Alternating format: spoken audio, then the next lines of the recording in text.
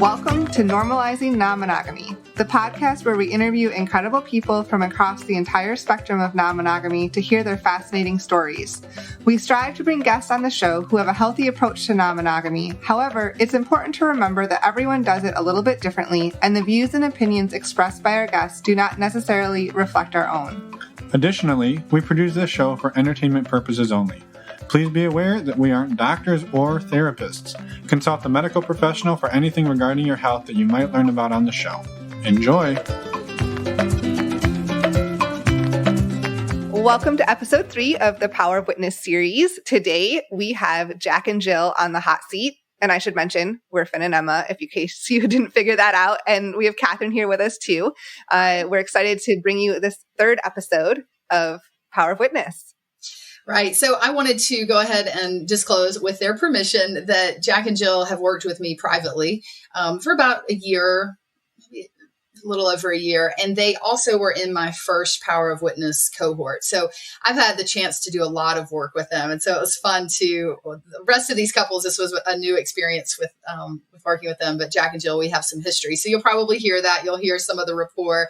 I will also mention that Jack wrote me before and said, dude, we both have colds. We feel terrible. We're on cold medicine. We're going to do the best we can. And so you may hear me teasing him a bit about that. They definitely were sharing afterwards that they felt a bit more foggy-headed than normal. But I think you'll be impressed even more to know that when you hear the kind of work that they commit to every time they show up with me, they bring it. Even with colds and on cold medicines, you're going to hear some exciting work where we look at their unconscious commitments, how their lizard brain, which is the very basic drive for survival part of their brain, has been potentially holding them back from some of the things that they want to consciously commit to, meaning the front of their brain, the most adult part, the most highly evolved part of the brain, that those two parts of the brain might have sometimes been in conflict, which could be getting in the way of them meeting their goals. It's an exciting episode.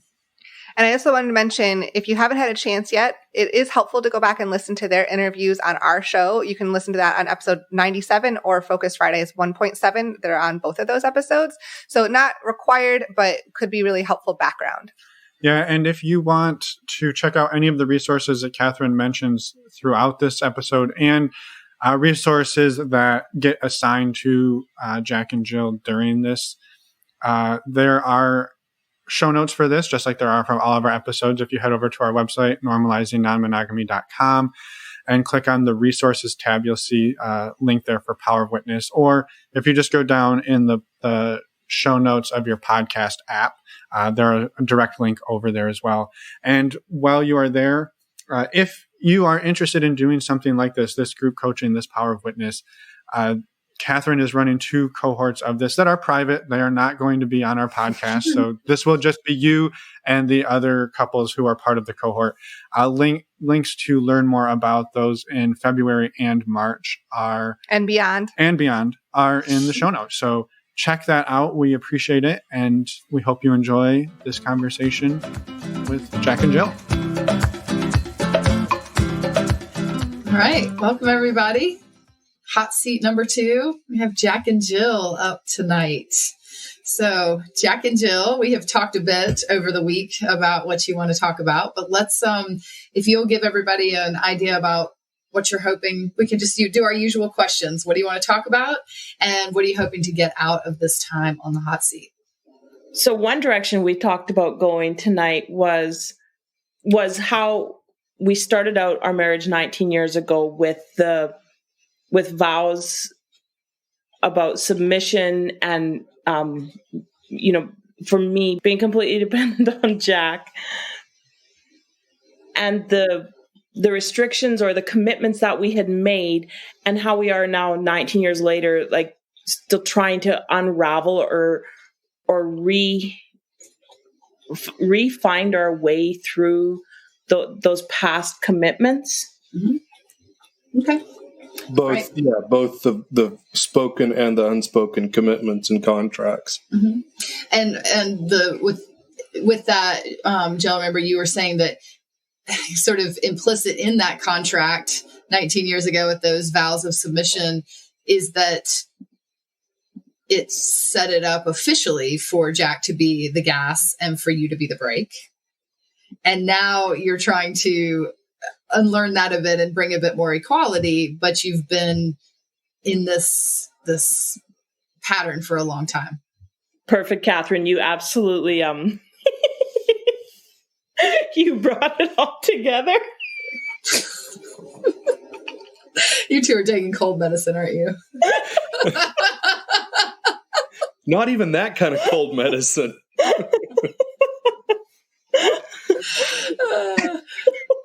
All right.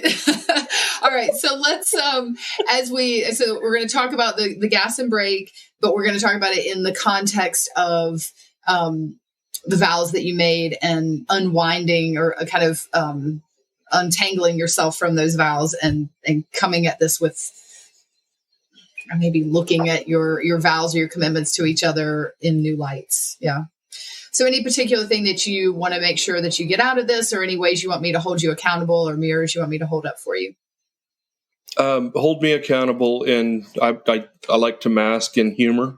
Mm-hmm. Mm-hmm. And then talking over Jill if it's not going down right. Okay. Anything about this particular issue that you want to make sure that you're asking me to look for? And you can say no or pass if you don't have any. Just wanting to give you the offer. Coming up. Okay. How about for you, Jill? Anything in that realm? For me, it's always don't let me go silent. Mm-hmm.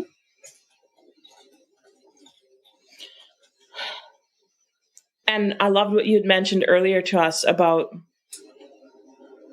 digging into the I can't remember exactly how you worded it, but digging into the subconscious of these past commitments that still hold us and keep us from being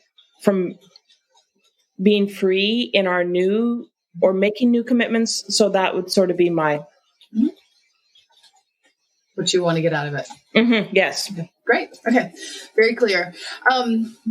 Okay. So why don't you, I think we can all probably, from your previous episodes, all have an idea about what sort of vows you all took of submission or you took of submission, and then Jack being the one that supported you and was responsible. Is there anything about those vows or how you all particularly lived them that you feel like you want to say now that would just help give us context? Anything? Let's do this. What about those vows has worked? What did you like? Through sickness and health, for richer, for poorer. Those, that's been good. Maybe more specifically, since we're talking about this, it seems like from what you were saying earlier that the area that you're really digging on, or the part that doesn't feel as comfortable anymore, is about the submission and the being dependent. So is there anything about the submission and the dependent part of the vows that did serve you or wasn't so bad? So in the past, I would say that for me, the submission served me or served our relationship because it kept us safe inside the conservative circles that we ran in. For me to have been independent would have destroyed our standing and our home very quickly. Mm-hmm. So we needed... I always said that Jack loved me just as I was, as long as the front door was shut. But once we got into public, we needed to present this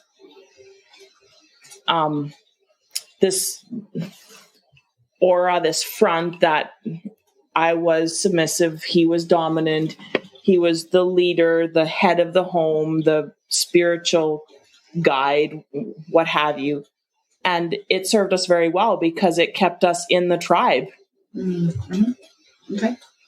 And as we know, keeping us in the tribe is a really strong motivator for our lizard brain. So for those of you that maybe don't know this terminology, this is what I call the brainstem, or the part of us that really is just looking for, making sure that we're fed and we have water and shelter. And as infants, we are absolutely 100% dependent on caregivers, tribe, and that is deep and old. And so this keeping you in the tribe, if it's served to keep you in the tribe, then you've got some pretty serious buy-in to these vows and the way that they served you in the oldest part of your brain. Okay? Yes. So we need to definitely ping that. Jack, for you, any ways that these vows, and when I say serve you, I mean, I know in one of your episodes, I'm not going to lie, like somebody bringing me food and I get to eat it and then I get to go sit and watch TV while they clean it up. I mean, that would serve me. I kind of like that. I don't mean it like that. I don't mean serve you like that. But are there any ways in that construct did work for your relationship or worked with your particular personality types, or any ways that it served, let's say served your relationship instead of served you? So I think that our vows served our relationship from my point of view, in that it gave us a framework when we weren't mature enough to do this adulting 2.0 thing. Mm-hmm.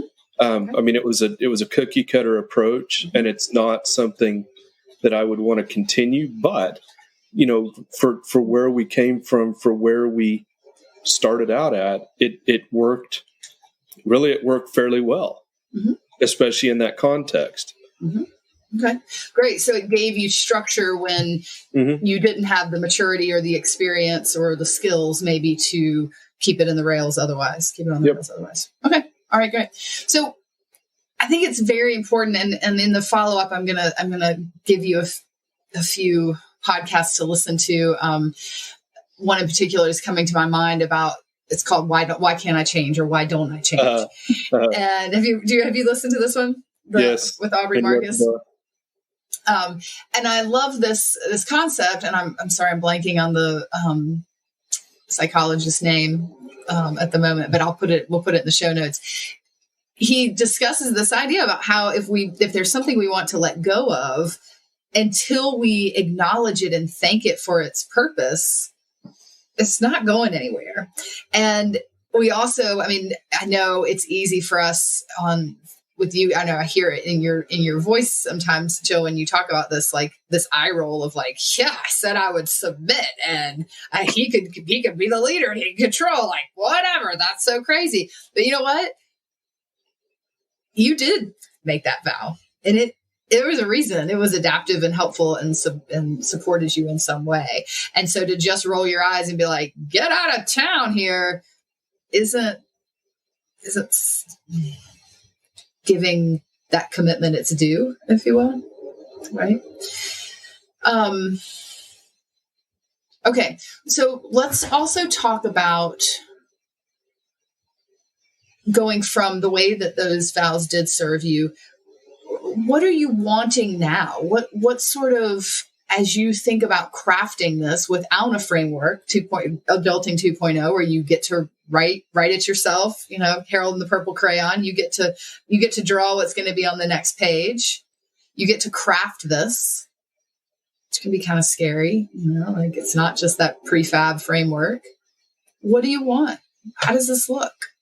And specifically around this gas brake, submissive, control, dependent, that realm that you're wanting to stay in.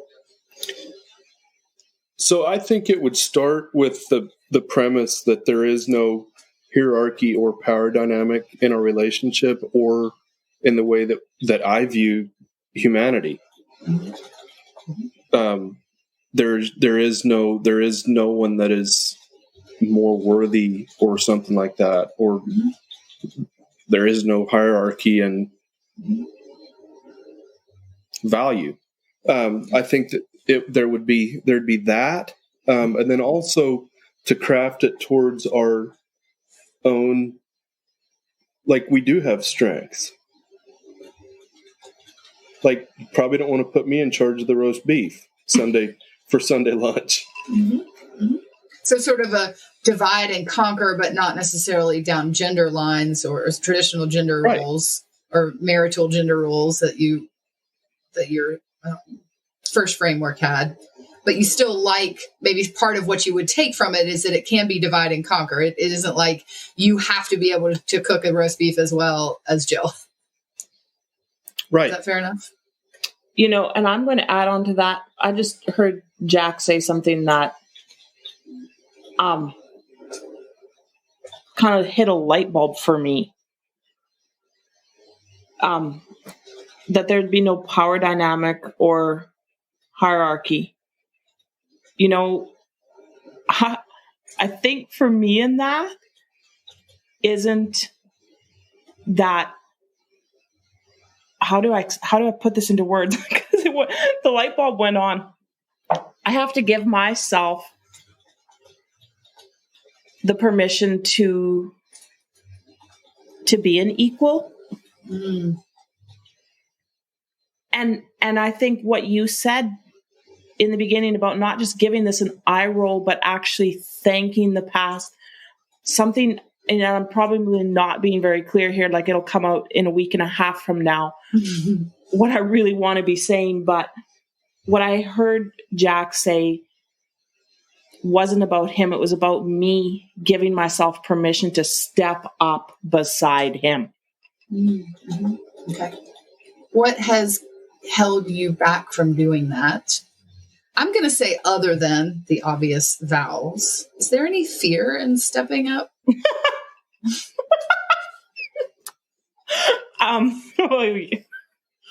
So that was funny. You just can't read my brain yet. Please bring us into this joke.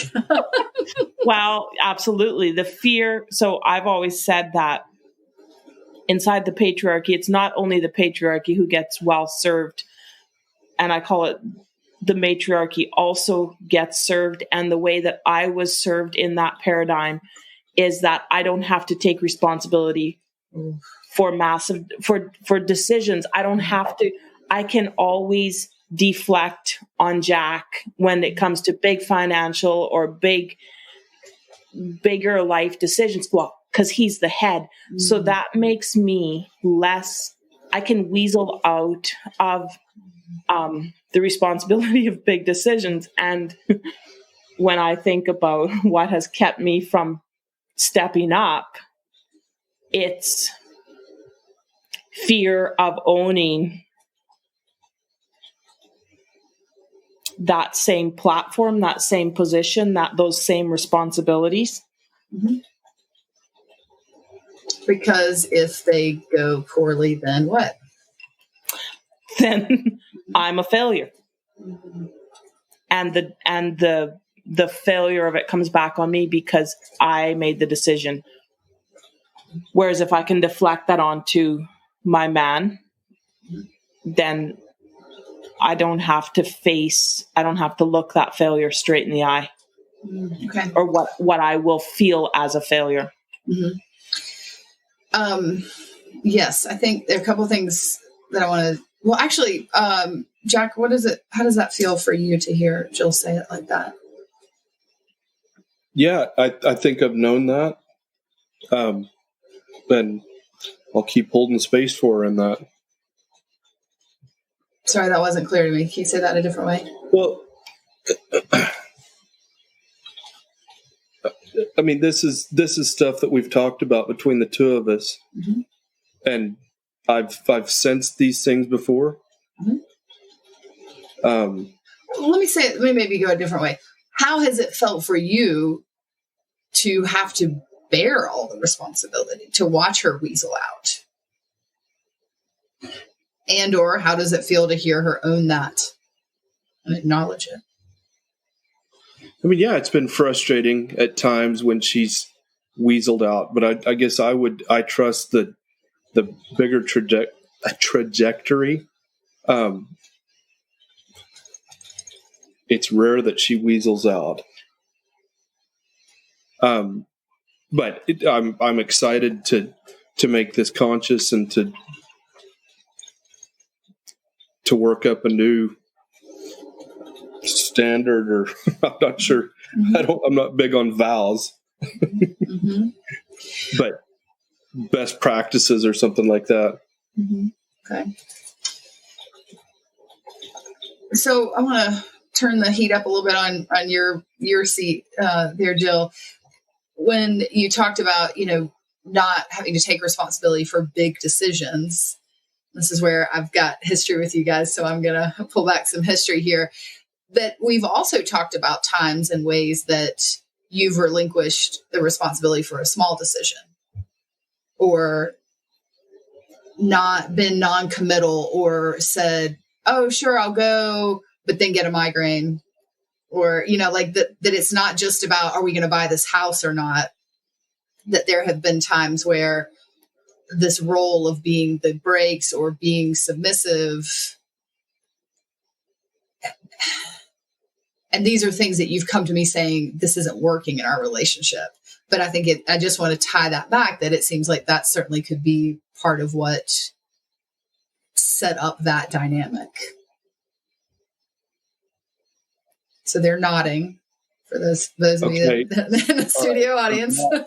Yeah, that's a light bulb moment for me. Can I say more? Well, yeah, I think that's where I really get frustrated, is in times like that. Say more about the times and the frustration and how it impacts you.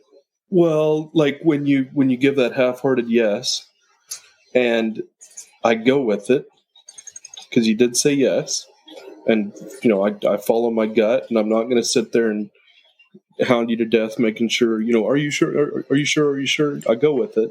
And let me hold you accountable for a second, because you really wanted her to say yes, and you want to do the things yes. she said. Okay. Part of the yes too. Yes. But then it feels like, and we've talked about this before, but like this whole consensual non-monogamy journey is about connection between you and I. And then when I can't trust your yes, that feels like a break in connection. And that's when it's really tough for me. Yeah. So Jill is nodding, and looks like the wheels are turning. I'm just, the wheels are, there's smoke curling out my ears. In the past, you needed me to say yes every time. That's true, and that's fair. For me to have said no would have not been okay. In what way? Because of the old framework? Yes. Well, and I think, I think it's also just that immaturity of, I'll be happy if, that like happiness is always the next whatever's in front of us, Well, and I'm thinking back specifically to because this is really going deep for me. I'm thinking back to certain circumstances in our life inside that really conservative world where I did stand up and I said no. And and this is not a reflection of you, because I know your heart, but you pretty much, your feet were to the fire, my feet were to the fire, and you're like, girl, get your yes pants on and do it now. Mm-hmm. And so I'm just computing how that has left me so at war. Like, now he wants me to say my truth, and yet my subconscious says I've said it in the past, and that didn't work either. Mm-hmm. And I think I mentioned that to you because this when we talked a little bit earlier this morning is that for me to step into independence and a confident decision making, it's left me at war. Mm-hmm. And I'm just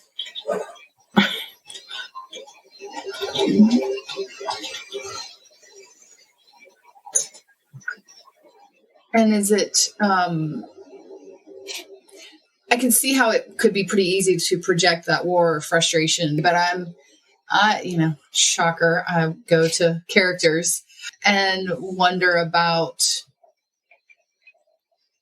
which characters are at war, the character that says, whoa, I've said my truth and that didn't work.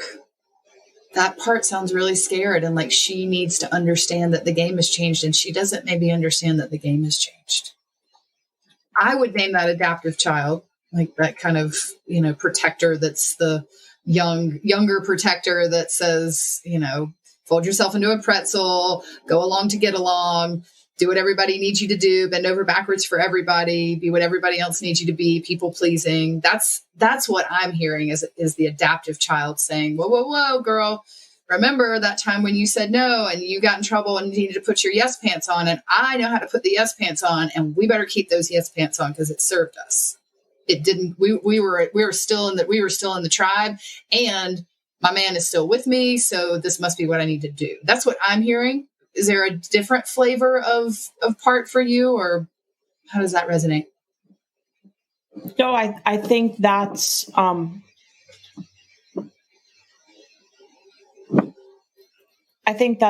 that's right.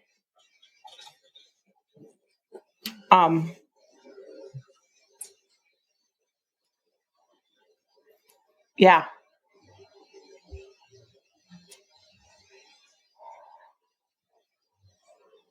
Got a lot going on in my brain. Let's do it this way, because I gave you words, threw some noodles against the wall there. Maybe you could say it from the adaptive child. Like what would when you talk about, okay, so he wants me to be honest, and he wants to hear honest no's, but then there's this other thing. What can you give voice to what this other part of you is saying in your own words and with your paradigm and understanding? Boy, I'm drawing a blank on that. Just how exactly to put that into words. I'm going to make your job really difficult here. That's okay. Let me ask it in a different way and see if it helps. When Jack says, I just want you to be honest with me, you can tell me no. You talk about being at war, Jill. Could you give voice to the parts that are at war? What they're saying to each other? Probably the best phrase I can put out there is damned if I do and damned if I don't. Mm-hmm. Like I'm damned if I say yes and I'm damned if I say no. Mm-hmm. Yeah, actually that's like really, yeah. Can you say more? Bring us in. I hear the phrase, but okay. So, but I'll tell. Maybe this will make it clear. But the story that kind of keeps going through my head is back in our old church. I was voted in as a leader of a, the sewing circle. Mm-hmm. And I knew that it wasn't the right spot for me. I just had a baby, and I knew that I wasn't going to do well there. And that's where I said no. And I had a very clear message come through, like, you say yes now. From Jack? Yes, from Jack. Mm-hmm. And so I didn't have an option. And I knew it wasn't going to, the yes wasn't going to be good for us, but neither was the no. And I know that he said it from a position of staying in the tribe. That's where we lived from in those days. But it's just connecting these dots now. Mm-hmm. Mm-hmm. So what I hear then is this part of you that says, be careful with that yes. You might get damned. You may get your finger wagged. Might just be easier to, be careful with that no. You may get in trouble. You may get your finger wagged. You may lose your husband. You may lose your tribe. That part has not caught up to 2020. When you look at Jackie, you say, and I know I know your heart, and I know that you were doing that because of the tribe. I hear you toggle into adult there. I hear a difference there. I hear this little bit of it's a protector, and it's funny because it's like a sassy protector that's sassing you to stay in line. It's like, that's how it's coming to me. I may have this totally wrong, but it's like, damned if you do and damned if you don't. I know I'm not supposed to curse, but that's the plan. Like kind of this sassy, keep you in line person. I don't know. She doesn't know the Jack of now, is how I'm hearing it. Jack is nodding. Jill looks incredulous. I like it. But I agree. Okay, so say more. Well, that really lands that part of me, and I don't have the right name for her, but that part of me hasn't accepted Jack, hasn't trusted him in his changed role. Mm-hmm. And is still always digging in her heels because it's unsafe. Mm-hmm. Okay. So, do you have any picture of are you getting any picture or personification of this part? And I know that we're talking about things that happened in your adulthood, but these parts generally they're generally not born of adulthood type of things. They're, it's generally this like stay in line, do what you're supposed to do, keep your mouth shut and your head down. That messaging, my guess is came way before this sewing circle when you were a new mom. Or she wouldn't have been so versed at keeping you in line as an adult. Do you have connection to her as a way that she kept you in line growing up? And it's okay to say no. I know I just bounced you from a very clear story to the way beyond. I don't know yet how clear I don't know. Mm-hmm. Okay. So let me just, let me pin that as a journaling thing or a place for deeper exploration for you. Because I also want to shift over and toast Jack's buns a little bit here too. But, I feel like that place of you being able to align with that part of you. And again, I just got this great image of this like sassy, like little cowgirl almost. I don't know where this came from, but like this sassy little cowgirl that's like telling you how to stay in line, but she's doing it with sass. That's just what came to me. But I'd love for you to do some work on kind of personifying to understand. And in my mind, she's like a little sassy, like 8-9-year-old girl is what's coming to my mind. But for you to be able to identify with that part, because she wouldn't have her heels dug in if she weren't scared, right? We don't dig our heels in and get stubborn and get in our own way for fun or when we're feeling joyful and safe. So there's some fear, and you're saying it doesn't feel safe. That smacks of fear as well.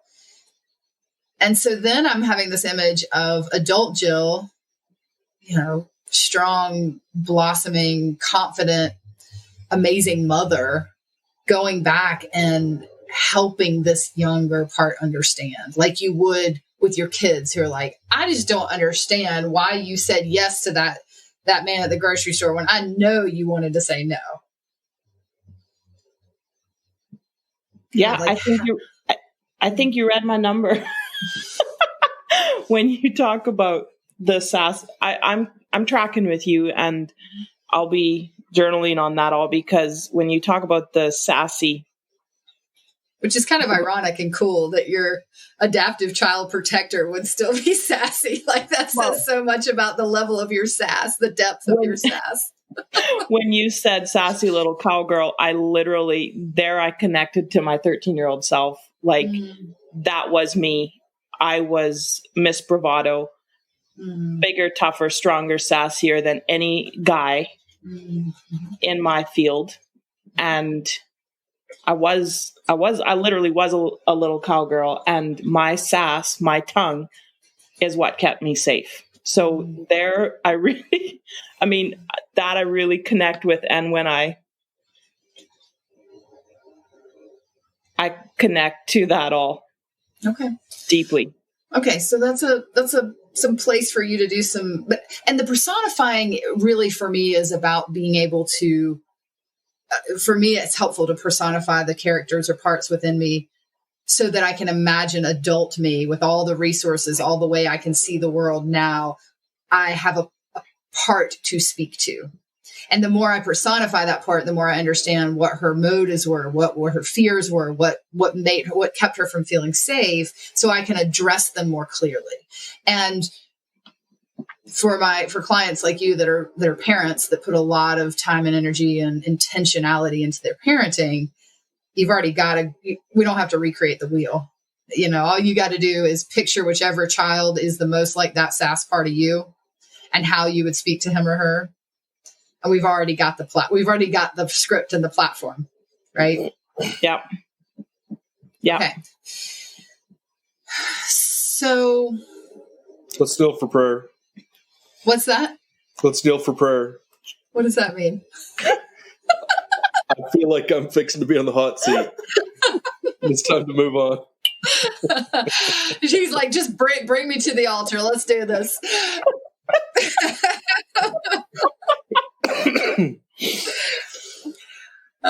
So, Jack, one of the things I've always appreciated about working with you is that you are so willing to look in hard mirrors.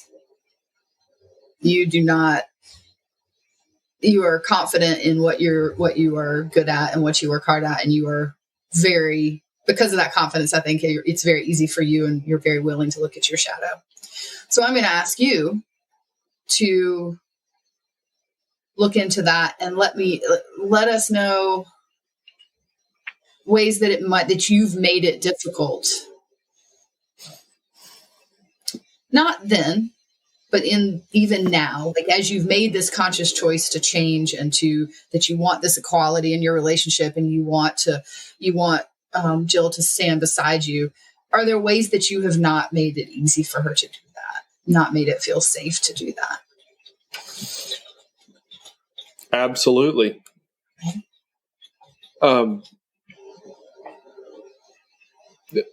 That's such a fine line between, as we look at, we use the third entity, our relationship, as a tool. But that fine line between what I want and also I'm a great salesman. Mm-hmm.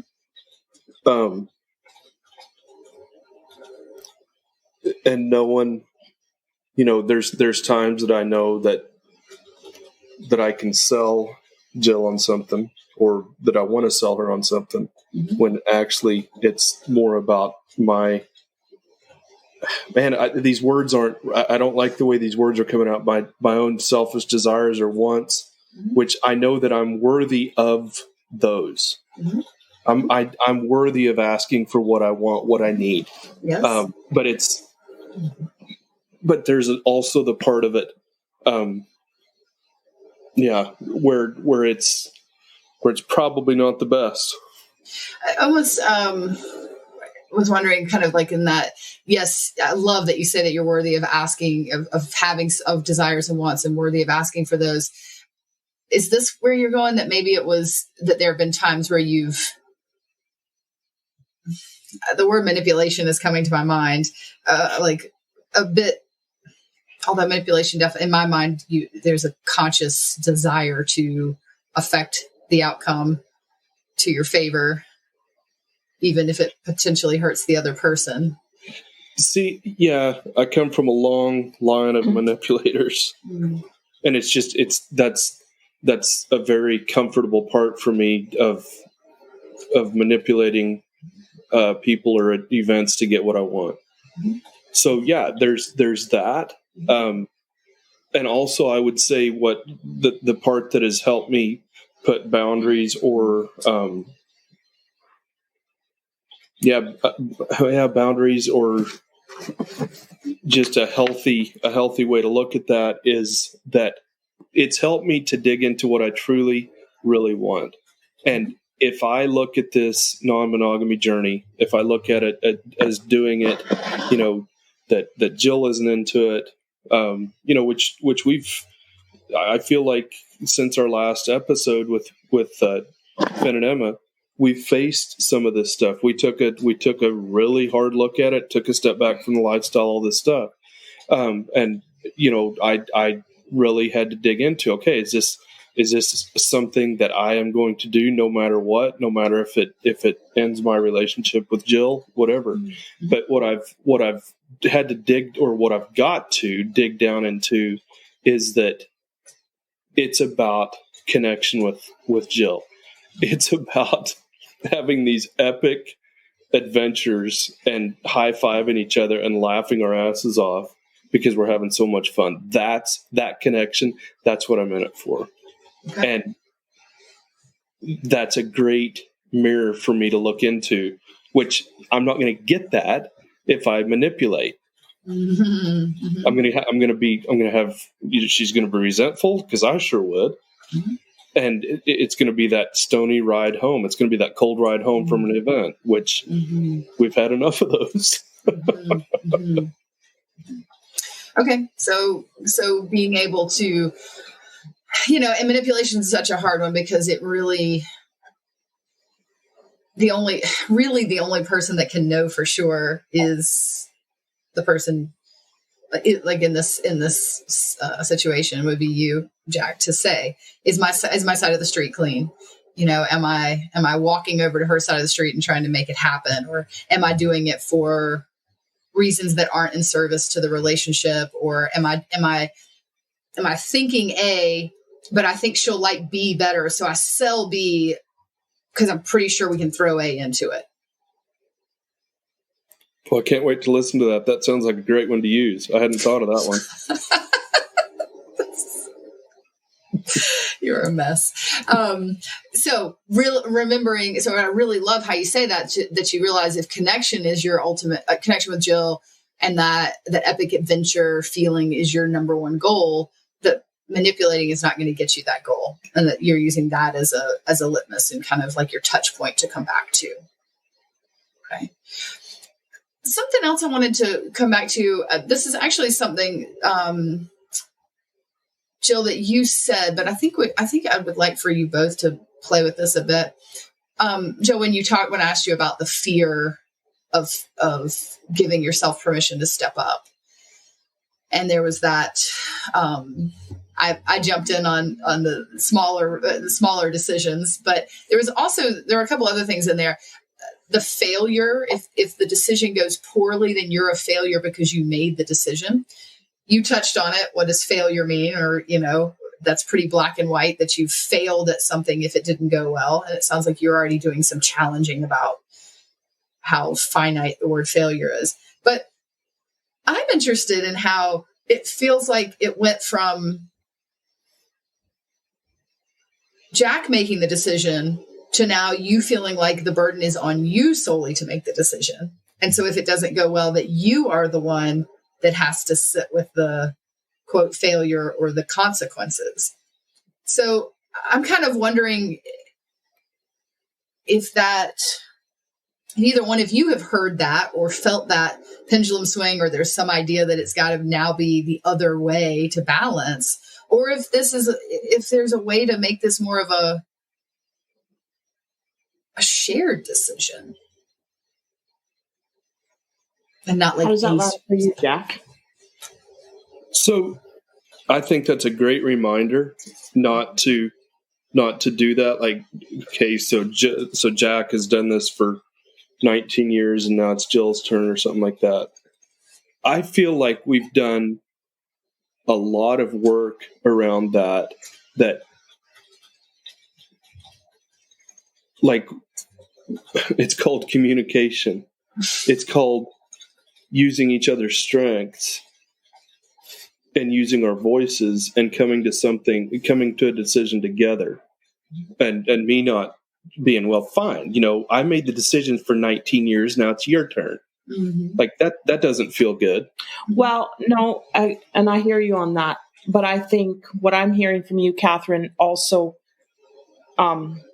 really tweaks me on this part of subconsciously taking that responsibility when it isn't even mine to take. Mm-hmm.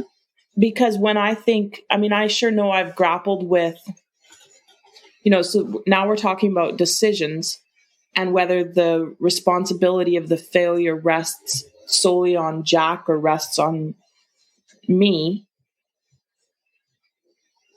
Like when I think about starting to become a part of,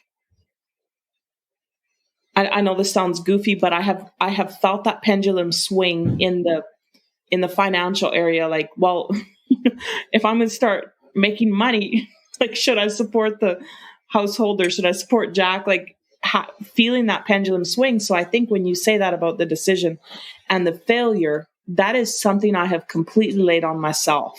Mm. Which also goes back, from what I hear, to some of the burden of being the break. It's like it's your, kind of this responsibility or your job to make sure that there's like a groundedness between, like, and again, I don't know if that comes from the vows that you take, but I know in some of the gas and break conversation we've had before, Jack will always be out there dreaming and scheming and coming up with the next new thing. And then you're the one that is going to say, whoa, easy there. Oh, what about this? Is this going to serve us? Is that safe? And kind of like in some ways that you've already had a bit of that burden of the responsibility. And so it's like, if you had that burden and now we're asking you to step up and take another burden of responsibility, that could be a reason why you wouldn't want to step up. Like, I already got this burden of responsibility. I don't have room on my shoulders for more. They're nodding. They're going to use their words in just a second. You know what? Does that land for you, Jill? Oh yeah, big time. Okay, so that gives me a peek into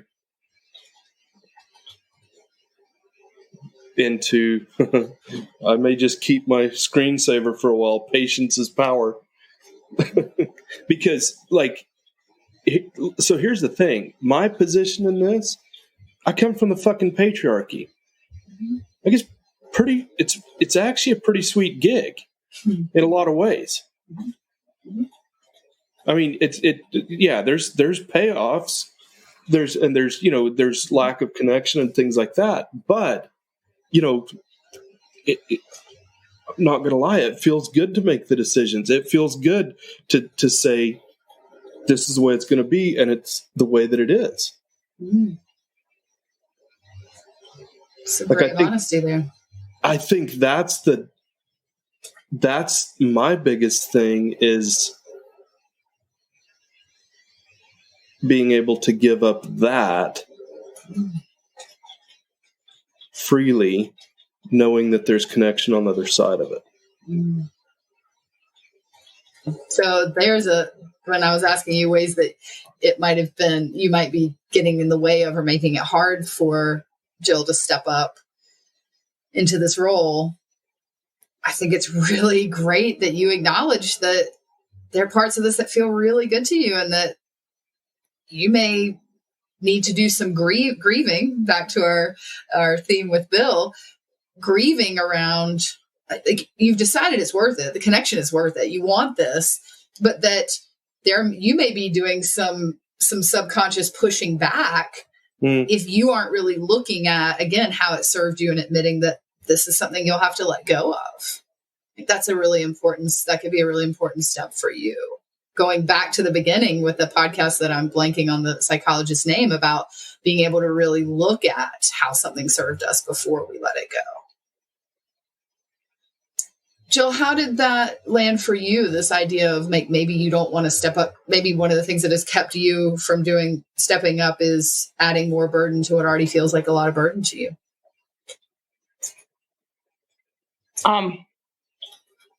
Yeah,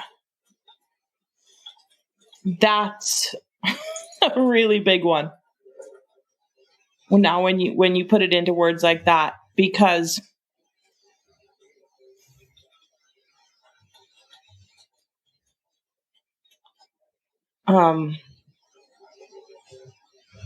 that is where a lot of my resentment lies, is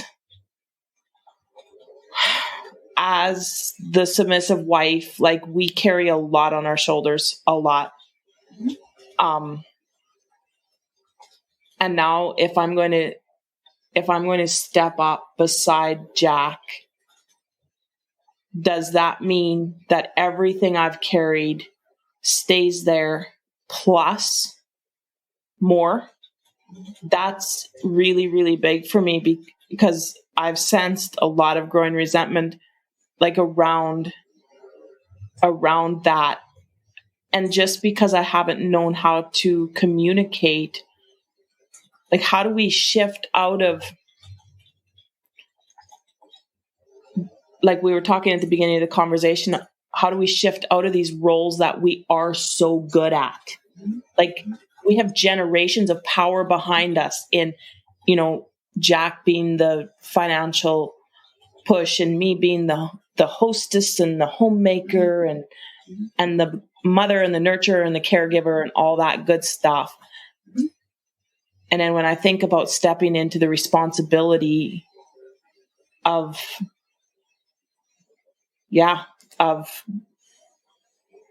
an equal with Jack, it actually looks really heavy. Mm-hmm. That doesn't sound like something I'd be running to jump into if that's how it felt, and you being able to maybe put these words and this feeling of heaviness. I think that, here we are coming up on our time. That's a very rich and fertile place for you guys to come in about how to do this in a way that it feels like you are lessening your burdens instead of adding to, for both of you. I mean, Jack, again, like, so super brave to get on here and say, you know what? Sometimes the patriarchy is awesome. Nobody in this crowd says that, right? And he's like, I'm not going to lie. There are things that are great. That's so important and brave for you to admit that. And realize that as you all go into this, there will be some different types of burdens on you. And to be fully eyes wide open, ready for that, so that you're making sure you're not subconsciously pushing that. And Jill, for you to be able to say, like, maybe part of what is keeping me from wanting to do this is I'm already feeling heavy. I don't want to add more weight. We talked about in our previous conversation about this idea of unconscious commitments. And I just want to speak to this for a second before we wrap up. Remember, I kind of pinged this lizard brain wanting to stay with the old ways because it served you and kept you from being voted out of the tribe. And just like we need to be able to really acknowledge how the things we say we want to get rid of aren't serving us, so that we can look at them and thank them and acknowledge how they helped us and then let them move on. It's really important. It's similar, but these unconscious commitments we have. So for instance, I love this example. And again, I'll put a podcast in that punctuates this and tells this story better than I will. But imagine if you have a conscious adult decision that you want to get in better shape. You want to exercise and get fit. And so you get a treadmill and you put it in your house and you use it a couple of times, and then it becomes a great clothing rack, as treadmills often do. What's going on there? In terms of unconscious commitments and lizard brain wants us to only run when we have to. toward food or away from being food, becoming food, right? And so unless we are running for food or running away from something chasing us, lizard brain wants us to sit in the sun and preserve resources. Now you have told lizard, you know what, I'm going to jump on this heap of plastic and I'm going to run and not even move. I'm going to run in place. The lizard's like, hell no, you aren't. That's dumb. Nope. There are no mangoes in front of you that you were reaching for, and there are no lions behind you. You ain't getting on that thing. And so I love this idea where if we're not acknowledging the unconscious commitment to preserve resources, then we're not going to have the tools we need to overcome it and get on the treadmill. Right? So if we realize that our body is going to try to keep us still, then when you're sitting there drinking your coffee and you've got your workout clothes on and you're like, I don't want to get on that thing, then you can hear that as your lizard. And you can be like, oh, you said a cute little lizard. Watch me get on that treadmill. Okay, so this is an example. Use that in the morning. What's that? I'm going to use that in the morning. I'm going to give you this podcast to listen to think about. I think it could be another great exercise for the two of you individually and maybe together, to see if there are any unconscious commitments that we might be able to raise the consciousness level on. So if there is an unconscious commitment to staying in the tribe, which definitely there's always an unconscious commitment to staying in the tribe, your lizard may not realize that you left that tribe. These parts of our brains, the lizard, the amygdala, they are not in and of linear time. Right. When you have a moment, I was just listening to this wonderful training about trauma work with couples today by Terry Real, and they were pointing out that when we are activated in the lizard brain or the amygdala, we are not remembering. Those parts of the brain believe it is happening. Mm. Up here in the front of our brain, the smart part of our brain remembers something happening. And then the downstairs of the brain, it is happening again. Yeah. And so that's why I do this personification of the parts, or we talk about the upstairs of the brain and the lizard brain, so that we have some way to, before we're completely flipped, for the front of the brain to say, oh, lizard's trying to keep me still to protect me so that I'll have plenty of energy when the lion comes. That is awesome that my brain does that. Hey, guess what, dude? We don't even live in lion country. So I need to get on this thing so I can stay in good shape in case I go to Africa and I need to run from a lion. Cool. I fight with the little lizard and you get on the treadmill.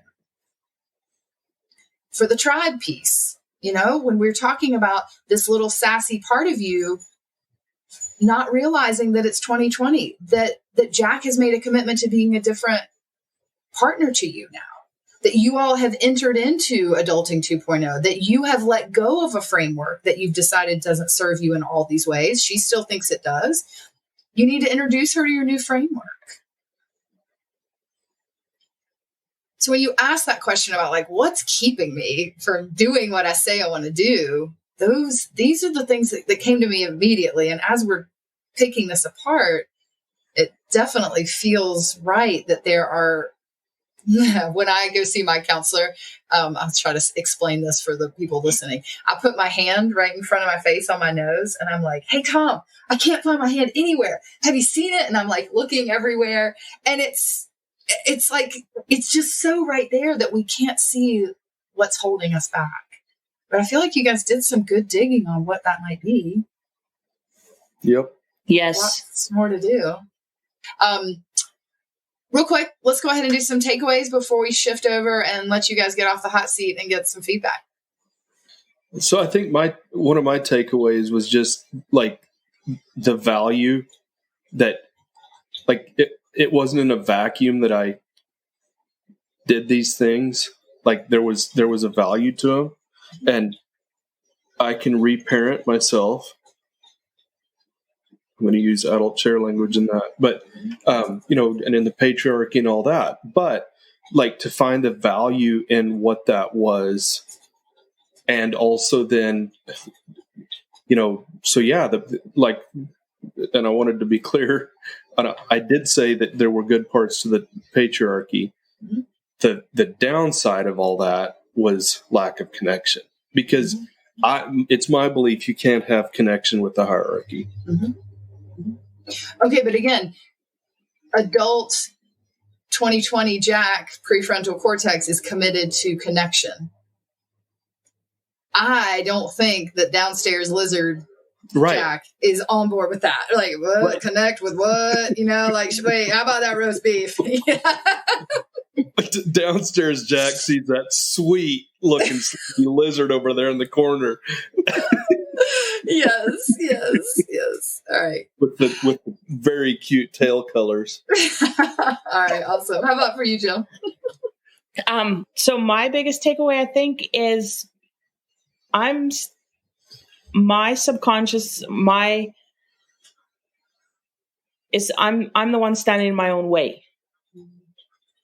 And when you talk about it being the lizard brain, like it's the lizard brain standing, that's still got the door barred, refusing to let me fully step into this equality of a relationship that Jack and I are busy creating and doing a fantastic job of, but so many other areas too. Like, there's a lot to chew on here for the next couple days. Mm-hmm. Does that make sense? It absolutely does. I'm going to throw out one that I had too that I didn't hear either one of you say that I think feels important. Is you talk about stepping into this this equal relationship. I still hear some work that needs to be done to be sure that stepping into this equal relationship is in your best interest. Because if you're still worried that it's going to add more burden, that's another reason you wouldn't be stepping in. So it's like, I don't hear that this quote equal relationship model is as fleshed out maybe as it needs to be to create the safety for your parts to say, yeah, cool, jump into that ring. Like they're like, yeah, why would we get out of this frying pan into the flame is a little bit how I'm hearing it. Yeah. Okay. All right. Thank you guys for riding with me.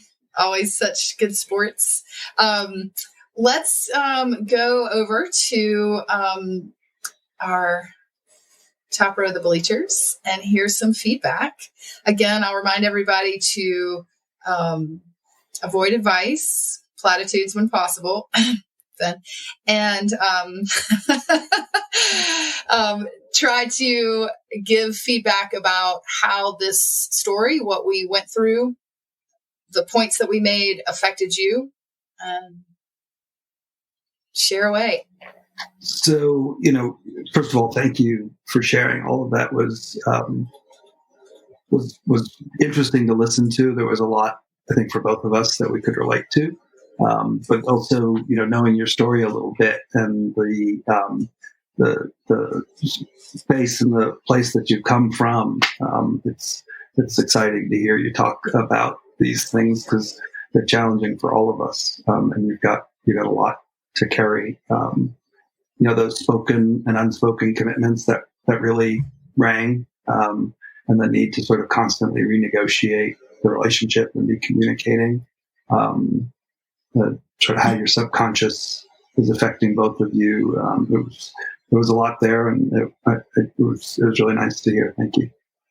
Hey, David, thank you.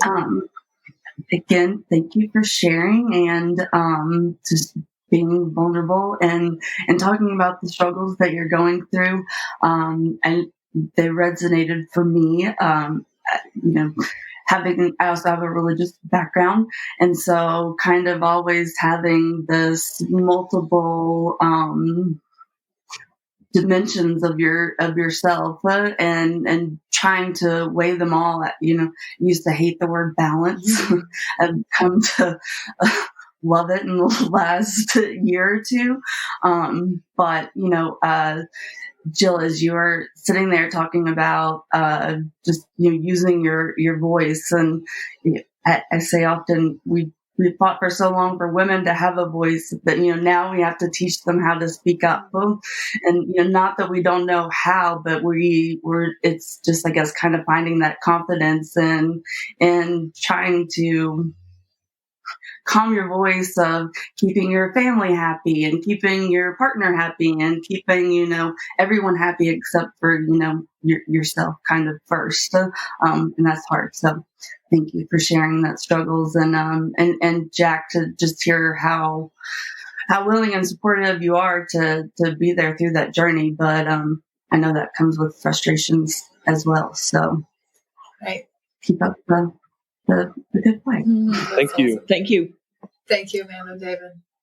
So the first thing I just, thanks for sharing. So just a second, this is Bill and Felice. So thanks to Jack and Jill for sharing so openly about what they're struggling with. Listening to you just really stirred us up. There were so many feelings and thoughts. First, about the whole nature of the marriage and the vows and the way that things are constructed with us. And, we were having just all of these thoughts going on between us during your sharing with us. And we thought about how we've gone through many of the same sort of struggles in some different ways. And then there was the personal aspects. I had to say personally, I really connected with what Jill had to say, just because I think I have some of the same characteristics that she talked about, and I could feel the struggle there. Could you Jack, share, Bill, do you mind sharing maybe one of the characteristics that resonated with you? The people pleaser, the people pleasing aspect, and how that impacts the relationship and impacts the marriage is huge. And it was like a light bulb went off over my head in the middle of what Jill was sharing. And at the same time, when Jack talked about being a manipulator, that admission was so brave and so great for him to say, and what that dynamic is. The two of us were just chattering about, oh my God, that's really means a lot in our dynamic, and something for us to think about and chew on in the days to come. But I'll close by just saying thank you so much. You've given of yourself, and you've given us a lot to think about. So thank you. Thanks, Bill. Thanks for letting me push you a little bit. Yeah, Jill, I really resonated with the permission to be an equal. I really, that really resonated with me. More not in our marriage, but at work, because I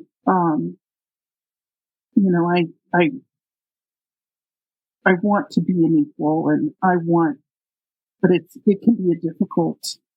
And then there was something that Jill said, that she's at war, and that was an interesting word that she used. And maybe at another time I'd like to explore that a little more, because I do have that. And with Jack, the manipulator, to get what you want, really, really resonated with me. I'm that person.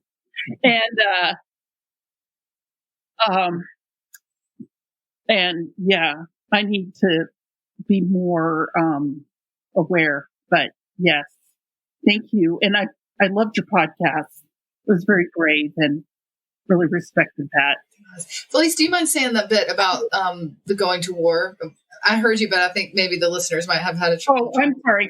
Jill said something about going to war with herself or something to that.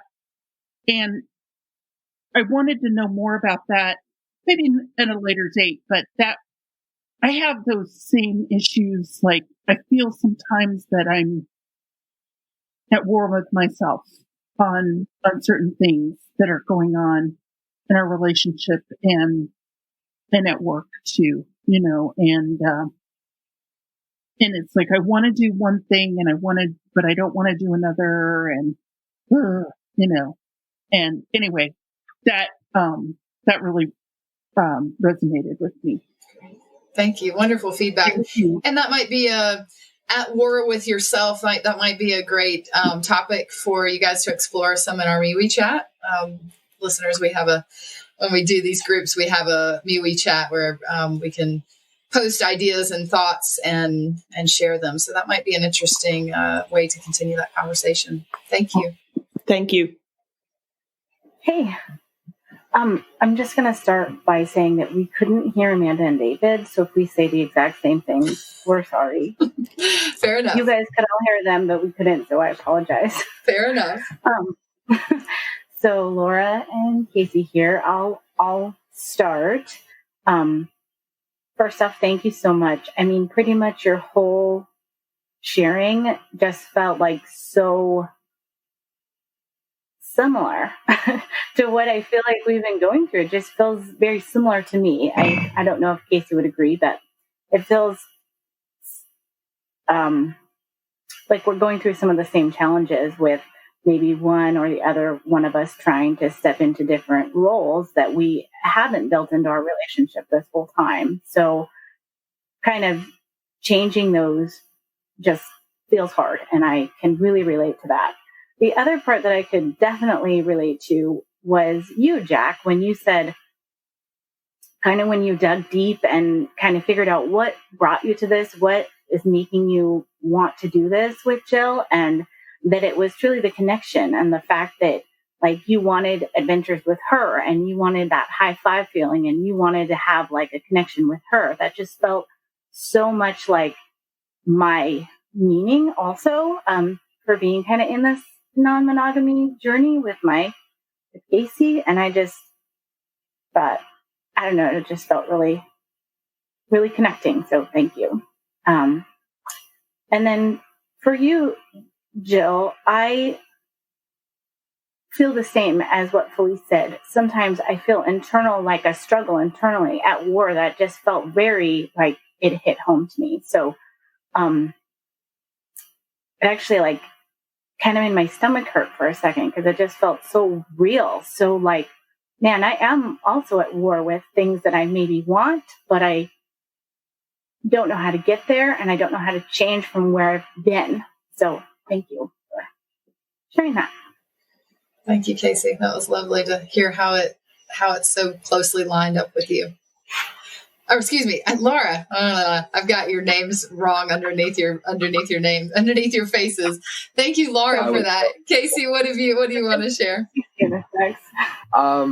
Yeah. First off, again, like everybody else, it's amazing to watch how vulnerable you two can be in the podcast and everything. Like Laura said, a lot of that really does ring true. Are just, really does feel like we have a lot of similarities.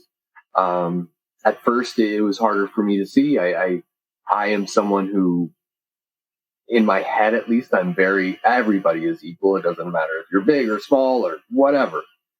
We all have our strengths. We all have things that we're good at.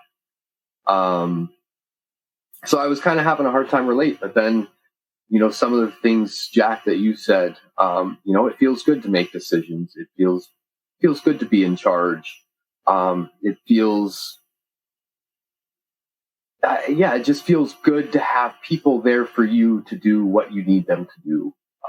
And unquestioning, to have that kind of person around. It does. It feels good. And it's hard to, not try to, or it's hard to go away from that dynamic when it's so entrenched in every, I didn't grow up in a religious background or anything, but I can only imagine where your background, it feels like that is something that, you eat, you sleep, you poop, and you control your woman, type mentality. And to see, like, you guys are navigating this non-monogamy thing, which is like so many people are like, that is just insane. You guys seem, you guys have done that and you've made it work. But something you are having to go back and work on is this so rudimentary marriage dynamic. And I, the non-monogamy is hard and there's issues but they can be dealt with, whereas these are so entrenched, and when they are so entrenched, it is so much work. And really, I guess that's my takeaway is how much work all these things that have been ingrained and told to us for our entire lives to change that all of a sudden, and to have the bravery to want to change that is really powerful. Thank you, Thank you guys again for sharing. Thank you, Laura. I'm just kidding. I know you're not Laura. Laura. Thank you, Casey. That was great. Thank you, Laura. All right, Finn and Emma. So I'm going to start too by thanking Jack and Jill for being vulnerable and sharing, of course, as always. Watching you two, one benefit we have is that we can see you, and the listeners to the podcast cannot. But the connection and the love between you two is very obvious. And that, like, as you're working through and thinking through and reflecting on these really hard things, it was obvious that there was a solid connection between you two. And I just wanted to comment on that because I think it's beautiful. Jill, you said a few things that I can really kind of relate to and made me really think about as well. The damned if I do and damned if I don't. I think sometimes I could relate to that mostly in my internal struggles, though. It's like my indecisiveness sometimes kind of comes out in that phrase in my head. And it's ridiculous because I'm in charge of making that decision. But sometimes I can just relate to what you said. So thank you for sharing that. And also the fact that it can be scary to give yourself permission not to deflect and to come up and be at an equal playing field, because if there's a mistake made, might be a failure or might fail at something. And that's terrifying. And I can relate to that as well. Just that thought of like, if I put myself out there and if I make this decision, what if, it's easy to go down that road. So thank you for sharing all of that. And Jack, I also just loved what you said about what you, like, after reflecting and growing and thinking, determine like what you want out of non-monogamy is that connection with Jill. And I think ultimately a lot of people want that too. And I think that it was powerful to share that. So thank you both. And yeah, it was just amazing to listen. Thanks, Emma. How about you? Yeah, so a lot of things. First, thank you. And I would say that we're both kind of coming off of a shit day. And so this was sort of something we needed. Yeah, for sure. And I think the thing that's really, it's hard to stare it in the face, right? That a lot of the dynamics that you two have that were ingrained in you from a religious upbringing are things that we struggle with, and that we actively in our wedding vows wrote them so they didn't include any of that. Like we wrote them ourselves, and we made sure that none of that was in there. So I think the thing that like I really relate with Jack on, and I think I don't know, like trying to put this in a way that it makes sense, because it's sort of this like it's not even about the religious thing. It's like he has a drive to go and do everything better. He said it early on, I'll be happy if. So there's something else he's always striving for, that the thing he's doing isn't making him as happy as the next thing could. And so he's constantly foot on the gas pedal. And I think that's an intimidating person to be partnered with, especially if you have been taught like not to question that. And Emma and I didn't have that, but you learn it anyways if you're constantly going up against that. But at the same time, like, Jack gets to a point, and I'm again projecting because this is sort of where I come in, is like I don't want to always be the one making every damn decision in this relationship. And so like put your foot on the gas pedal and let's drive the car together. But at the same time, like, it's scary as shit if you haven't been the one to put your foot on the gas pedal for 19 years. So Like I don't know. It's like you don't want that thing that your partner's doing, but the things that you are ingrained to do, which is just go, because you feel this responsibility, right? Like Jill says, well, it's easy because I can duck out. If Jack fucks up the financial decision, not my problem. He fucked it up, not me. So there's a lot of pressure on Jack to be like, well, I have to find the next best thing because this month we made $500. Next month we better make $700, and the month after we better make $900. So there's a lot of pressure on him to be constantly one-upping if Jill isn't also helping one up together. So it's just like a shitty, vicious cycle that feeds into itself. And so, yeah, I related to a lot of what you said, even though we didn't come from the religious background of it. Mm-hmm. So thanks for sharing and for putting it out there on a tough day. Thank you. Thank you. Yeah, thank you for being so engaged, Finn, to let it touch your emotions like it did. That was really powerful to see. And I also thought it was cool to hear.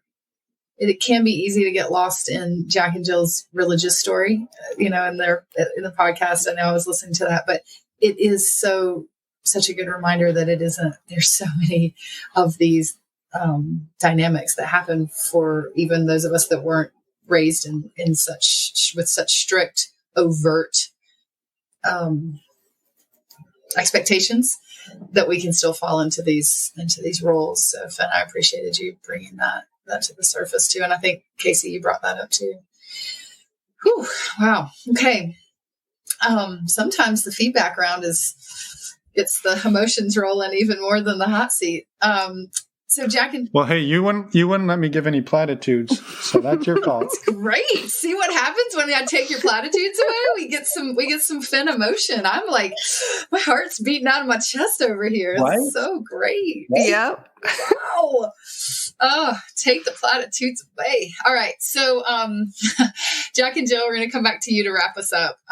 Would love to hear from both of you what it was like to be on the hot seat this time, or if you want to talk about it, how it was the first time, since you guys are the experienced ones of the group. I don't know if we mentioned that Jack and Jill were in my previous Power of Witness group. So share that, what it was like. And then also please each respond to the feedback that you received, how that felt. The hot seat both times has been incredibly enlightening. I don't know. I guess, just imagine sitting on a burner and just lighting your whole self up. That's sort of, you get just burned through a lot in a very short time. And it's amazing. I would definitely recommend hot seating for everybody because it's very, very uncomfortable, but very beneficial. Thank you everyone for the feedback. It's always so amazing to hear our own words turned back at us in your vocabulary, in your experiences, and it gives more insight. Finn, I just got a picture when you shared, like, we girls or those of us who've been on the break, we're over here scrambling, grabbing for the gas pedal and shoving the brake at our partners. And then I just get this vision of like, it's no wonder our vehicles aren't driving very smoothly, because I'm over here going like, I don't know what the hell to do with this gas pedal. And he's over here like, well, when do I stomp this thing? Like, when does this thing work real well? Like, we're just not, and you just gave such a great picture of that. So thank you. I don't know. It was clearer than I'd seen it yet. This crazy swap up of machinery that neither of us are used to driving this way. So thanks. Jill, Jack, before you go, that is such a good point that, there's so much, that is such a good way to put a sentence to the power of feedback, to be able to hear your experience in other people's words and through their lens, and then it reflecting back and you getting this whole extra set of insight from your original words. That is that layer of, thank you for crystallizing that. I have not had words for the power of that piece. And thank you. All right, Jack. Well, yeah, thank you all for your feedback. My dear Jill here has a lot better way with words than I do. No, I don't know about that. But no, it makes me like I feel heard. That's what came up for me in the first Power of Witness, and that's what comes up for me now.